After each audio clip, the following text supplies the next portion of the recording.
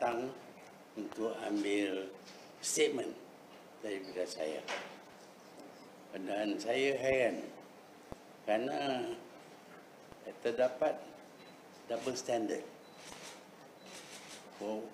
Umpamanya bila saya baca dalam surat khabar, bila bekas Gambar Bank ZT membuat laporan kepada AG tentang kesalahan 3 orang pegawai 1MDB, tak ada tindakan yang ambil.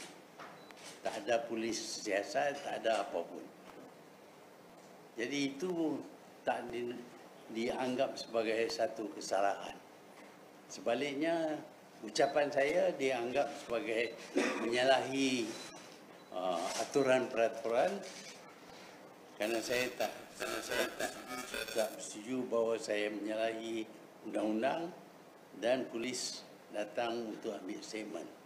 Bagi saya ini statement yang dibuat oleh polis ini adalah satu cara tekanan, ugutan untuk menghalang saya daripada bercakap berkenaan dengan masalah dalam negara. Dan saya bercakap semuanya berasas kepada fakta-fakta yang jelas, yang tidak menyalahi undang-undang. Saya bercakap berkenaan dengan perlembagaan, yang mana perlembagaan itu menyebut tentang kedudukan negara kita sebagai tanah Melayu. Jadi bila saya bercakap berkenaan dengan tanah Melayu, ini dianggap sebagai resis. Jadi saya tak boleh bercakap berkenaan dengan perlembagaan. Sebaliknya, kita dengar kerajaan ini dipimpin oleh seorang yang berjuang untuk reformasi, nak hapuskan semua undang-undang yang zalim. Tapi dialah yang menggunakan undang-undang yang zalim, bahkan di luar undang-undang sama sekali. Keadaan ini saya dapati merebak kerana saya diberitahu oleh calon pilihan raya daripada parti lawan. Mereka diikuti oleh polis di mana saja mereka pergi. Seolah-olah menjadi satu ugutan supaya mereka tidak boleh bercakap kerana apa juga yang diperkatakan mungkin ditafsir sebagai menyalahi larangan terhadap bercakap berkenaan dengan ras, agama dan raja-raja. Jadi kita tak boleh cakap langsung di Malaysia ini kerana saya sebagai orang Melayu yang mempunyai masalah, saya tak boleh bercakap berkenaan masalah orang Melayu kerana itu resis.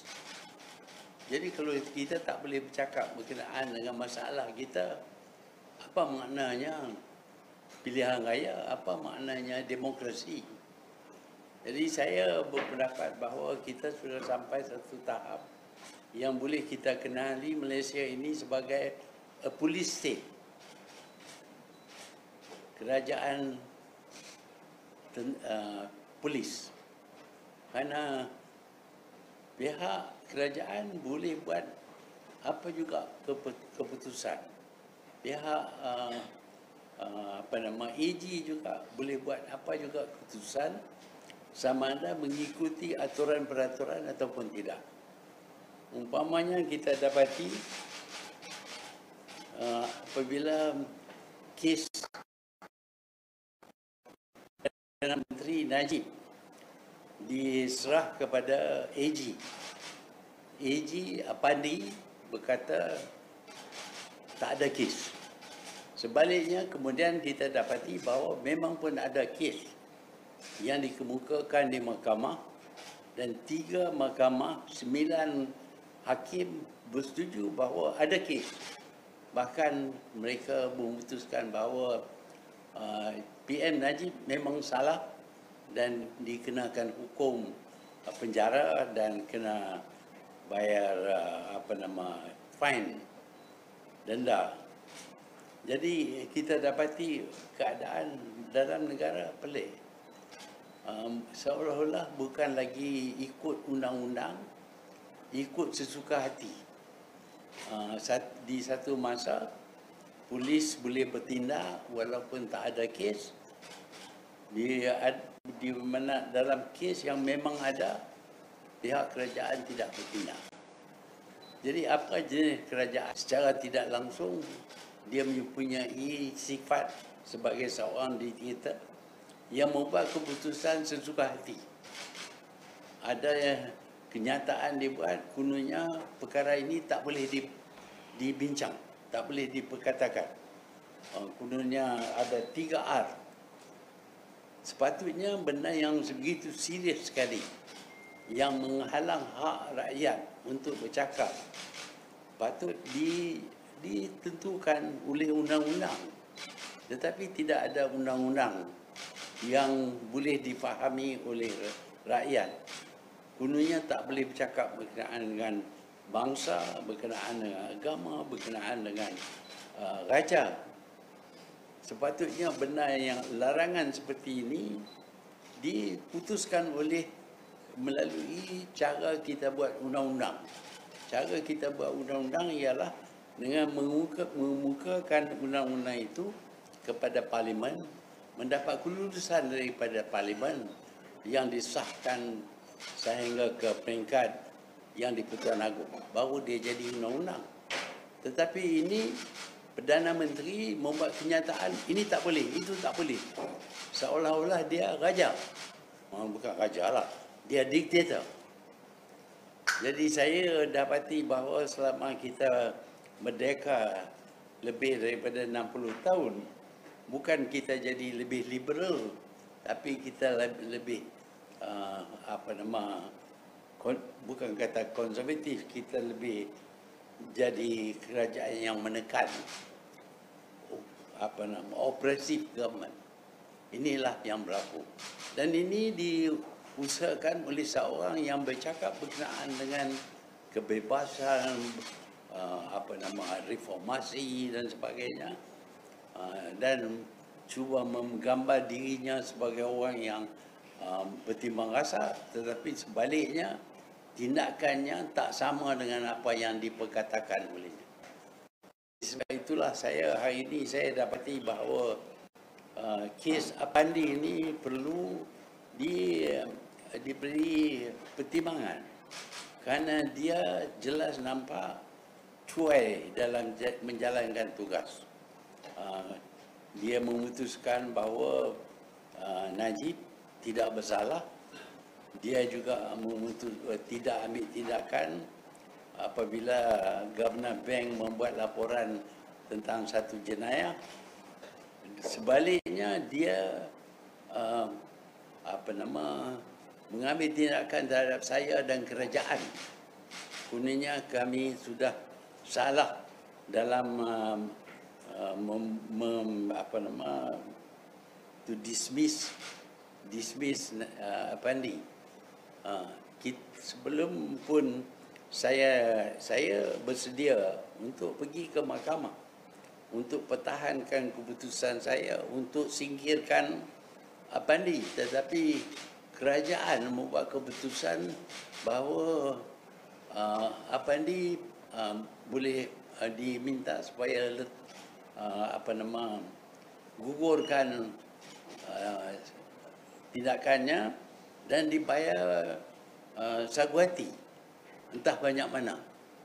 Apa sebab dia dapat sagu hati sedangkan dia jelas seorang yang tidak jalan tugasnya dengan sempurna. Jadi banyak benda-benda dalam pentadbiran negara kita ini tidak konsisten, tidak mengikut peraturan, tidak mengikut undang-undang, dibuat mengikut suka hati saja. Suka hati Perdana Menteri, suka hati pihak-pihak yang menyokong Perdana Menteri. Sebab itulah saya meminta berjumpa dengan pres. Saya sedar bahawa pres juga dikongkong. Apa yang saya perkatakan sini tidak akan dilaporkan dengan sepenuhnya, karena kalau lapor dengan sepenuhnya, pres juga akan kena tindakan. Saya tahu ada kes yang mana pegawai pres yang membuat laporan-laporan yang tidak memihak kepada kerajaan disuruh berhenti, dikeluarkan daripada jawatan, diarah supaya tidak lagi berada dalam press. Jadi press, there is no press freedom in Malaysia today. Semuanya dikongkong oleh kerajaan. Dan saya berpendapat bahawa dunia perlu tahu apa jenis kerajaan yang ada di Malaysia ini. Kerana kita cakap berkenaan dengan demokrasi, tetapi seperti biasa cakap dengan bikin berlainan. That's all I want to say. Kalau ada soalan, you can ask. Boleh jelaskan dipanggil 8 kali itu sejak bila? Ya. Sejak bila yang sejak mula dipanggil 8 kali itu sejak bila? 8 kali tadi. Oh, masa Najib saya kena panggil juga. Lepas itu bila saya jadi Perdana Menteri kali kedua, free lah, tak dipanggil. Lepas tu bila dah tak jadi Perdana Menteri, dipanggil pula. Saya nak bagi ni ada schedule rekod jugalah, tapi saya dah lupa dah hari mana. Hari ini punya wawancara dengan polis itu merujuk kepada statement atau keterangan yang mana? Hari ini saya disoal kerana dua perkara. Satu berkenaan dengan apabila saya balik daripada Eropah, diadakan satu press conference yang disusun oleh pihak lain, dan di situ saya jelaskan keadaan mengikut perlembagaan negara, bukan jauh daripada perlembagaan. Dalam perlembagaan negara disebut di situ bahawa Malaysia ini adalah tanah Melayu. Jadi saya cuma jelaskan ini supaya dapat diterangkan kepada rakyat bahawa Malaysia ini tanah Melayu. Dan tak ada sebab kenapa kita nak tukar nama dia, nak tukar corak dia ataupun perlembagaan dia. Itu yang, dan itu dilapor, dirakam, dan saya disoal kenapa saya kata macam itu. Ialah saya tak jawab. Saya akan jawab dalam mahkamah kalau dikenakan tuduhan. Yang kedua berkenaan dengan blog saya. Dalam blog saya tu saya nyatakan masalah yang dihadapi sekarang ini. Umpamanya orang Melayu menghadapi banyak masalah. Rupanya tak boleh kata pasal orang Melayu saya. Kena kata berkenaan dengan Malaysia ini bukan hak orang Melayu. Bukan semata-mata hak orang Melayu. Jadi kalau kita kata multiracial pun itu juga rasis. Cakap pasal rasis. Itulah yang disoal. Saya mengaku saya tak jawab banyak. Dan kalau kena charge, saya akan jawab dalam mahkamah. Betul. Adakah kerajaan sekarang ni yang cuba menyekat tone daripada bersuara dan disahkan pula oleh Yang Berhormat Hamid Fazil yang mengugut rakyat supaya jangan cakap lebih-lebih, nanti Petroka akan sampai ke pandangan tu. Itu menunjuk bahawa bukan saja Perdana Menteri. Menteri pun sekarang ni sikit nak hantar polis. Kalau cakap tak betul sikit, bagi mereka tak betul lah. Akan hantar polis ke rumah. So, ni perhati tengok apa jadi di rumah. Yeah, this is the kind of government that we have. Tuan, berkenaan dengan kebebasan bersuara dan baru-baru ini juga TV e-talk dan juga portal disekat, jadi mungkin pun ada komen. Daripada? TV kebebasan bersuara dan baru-baru ini TV punya e-talk dan juga portal disekat, mungkin boleh Dia kata apa? melanggar undang-undang. Saya betul. Betul kan? Dan hari ini juga CEO TV baru buat laporan polis ini baru lagi sebab dia baru debat 2 hari lepas. Ya, mereka pilih kasih. Kalau mereka nak bertindak, mereka boleh bertindak. Kalau kita buat benda yang jelas, salah. Umpamanya Zeti melaporkan kesalahan 3 orang pegawai 1MDB. Tak ada tindakan. Jadi saya bercakap benar yang betul berasas kepada perlembagaan negara. Tapi itu dianggap salah.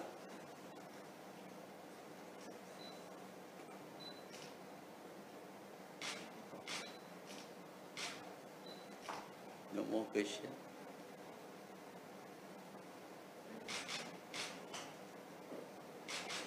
Ada soalan lain?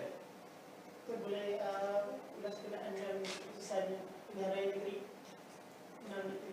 Apa dia? Selepas pilihan raya itu, Tan Sri Muhyiddin ada berserah Tuan Letak Jawatan. Cukup bersetuju dengan Kisah siapa letak jawatan? Datuk Seri Anwar Ibrahim untuk letak jawatan. Saya berpendapat bahawa sepatutnya dia tak jadi Perdana Menteri. Dia bukan pilihan rakyat. Dia cuma buat satu janji dengan musuh dia supaya dia dapat jadi Perdana Menteri. Dia bukan Perdana Menteri pilihan rakyat. Sebab itu dengan cara dia bertindak sebagai seorang diktator, sepatutnya dia letak jawatan.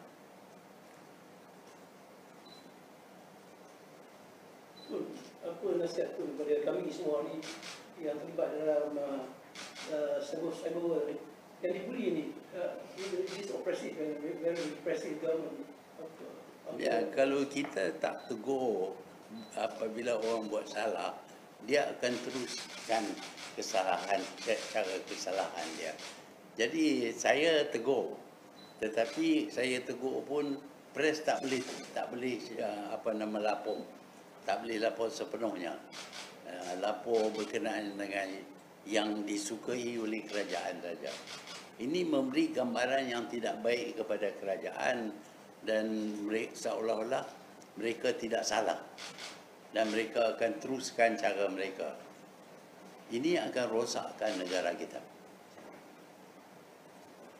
Satu lagi tu berkenaan dengan perkembangan saman kepada Datuk Seri Anwar. Setakat ni apa perkembangan dia tu? Ya, zaman saya dulu, saya pilih dia, bagi dia jadi sampai timbalan Perdana Menteri. Tapi dia melakukan jenayah yang tak boleh diterima. Sebab itu dia disingkir daripada kerajaan. Tapi bila disingkir, dulu sokong saya 100%. Kalau tengok handset, boleh tengok situ macam mana dia sokong saya. Anak saya tak salah, orang tuduh. Semua baik belaka. Bila jadi dikeluarkan daripada kerajaan, benda yang dulu kata tak salah sudah jadi salah. Inilah Anwar. Dia bercakap satu tempat lain, satu tempat lain. Jadi tak ada konsistens. Betul, proklamasi orang Melayu ni selepas TRM ni ada boleh menampakkan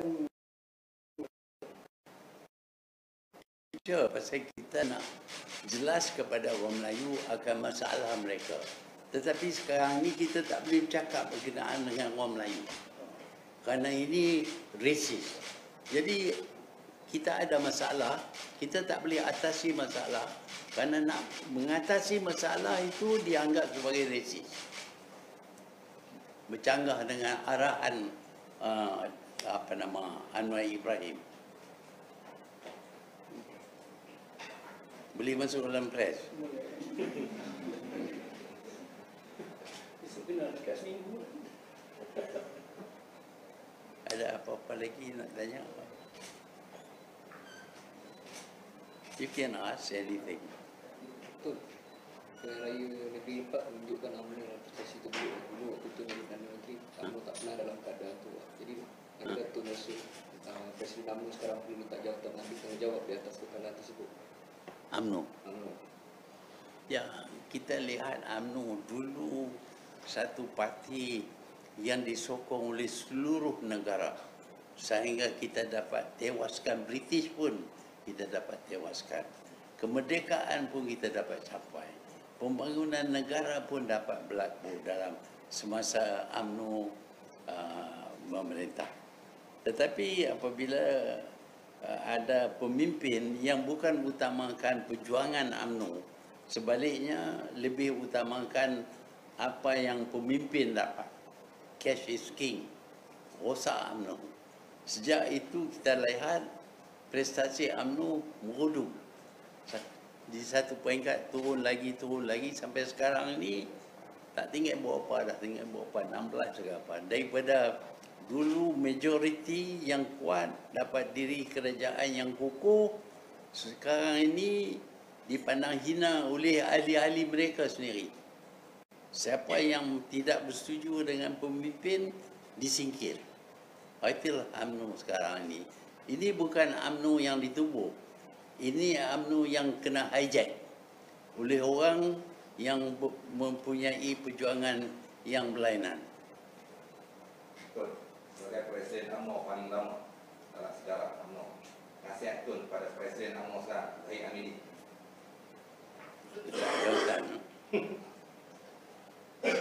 Dia tak layak langsung. Ada 47 charges terhadap dia. Dia minta nak jadi timbalan kononnya pasal sebagai timbalan Perdana Menteri, dia tak akan dihukum.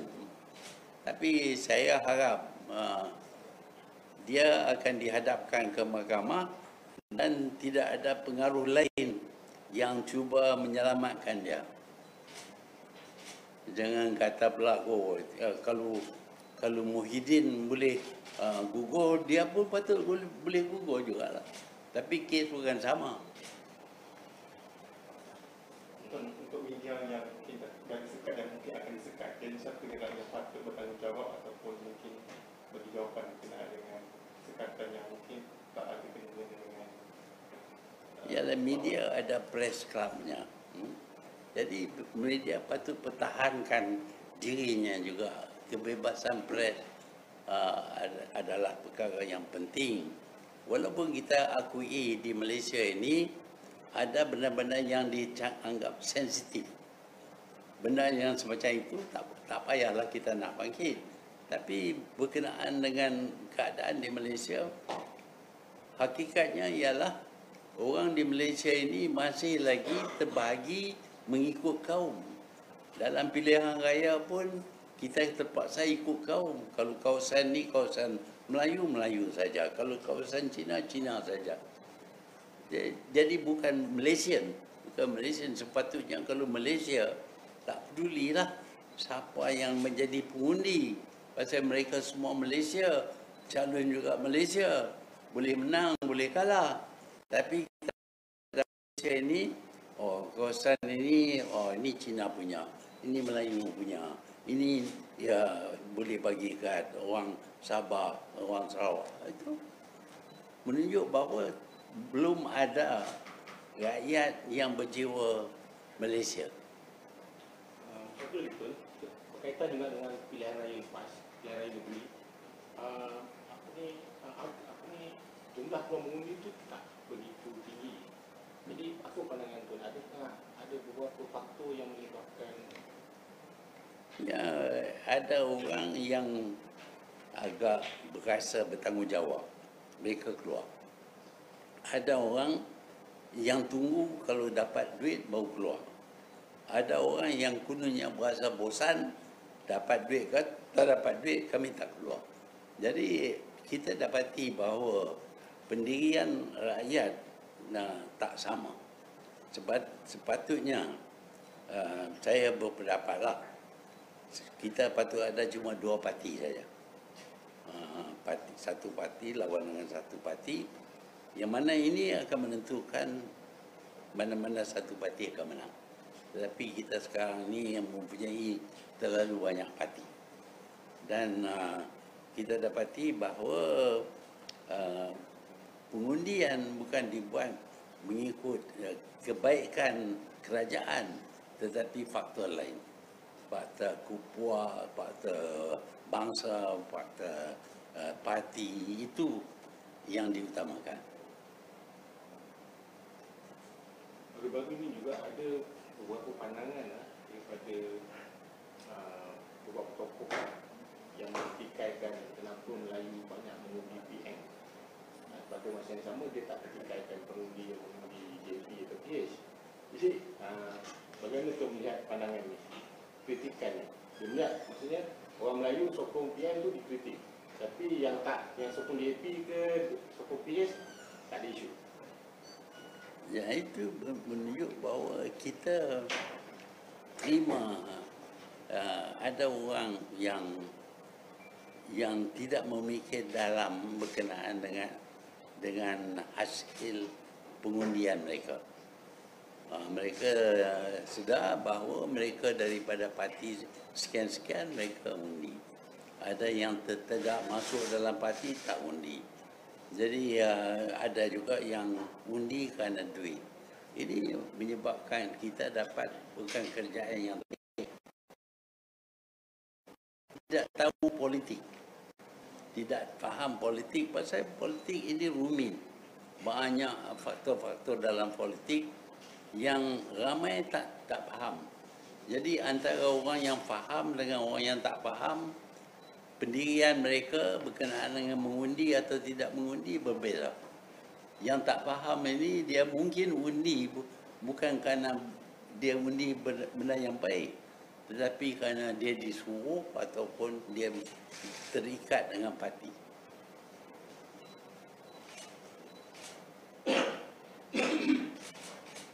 Jadilah. Okey. Terima kasih.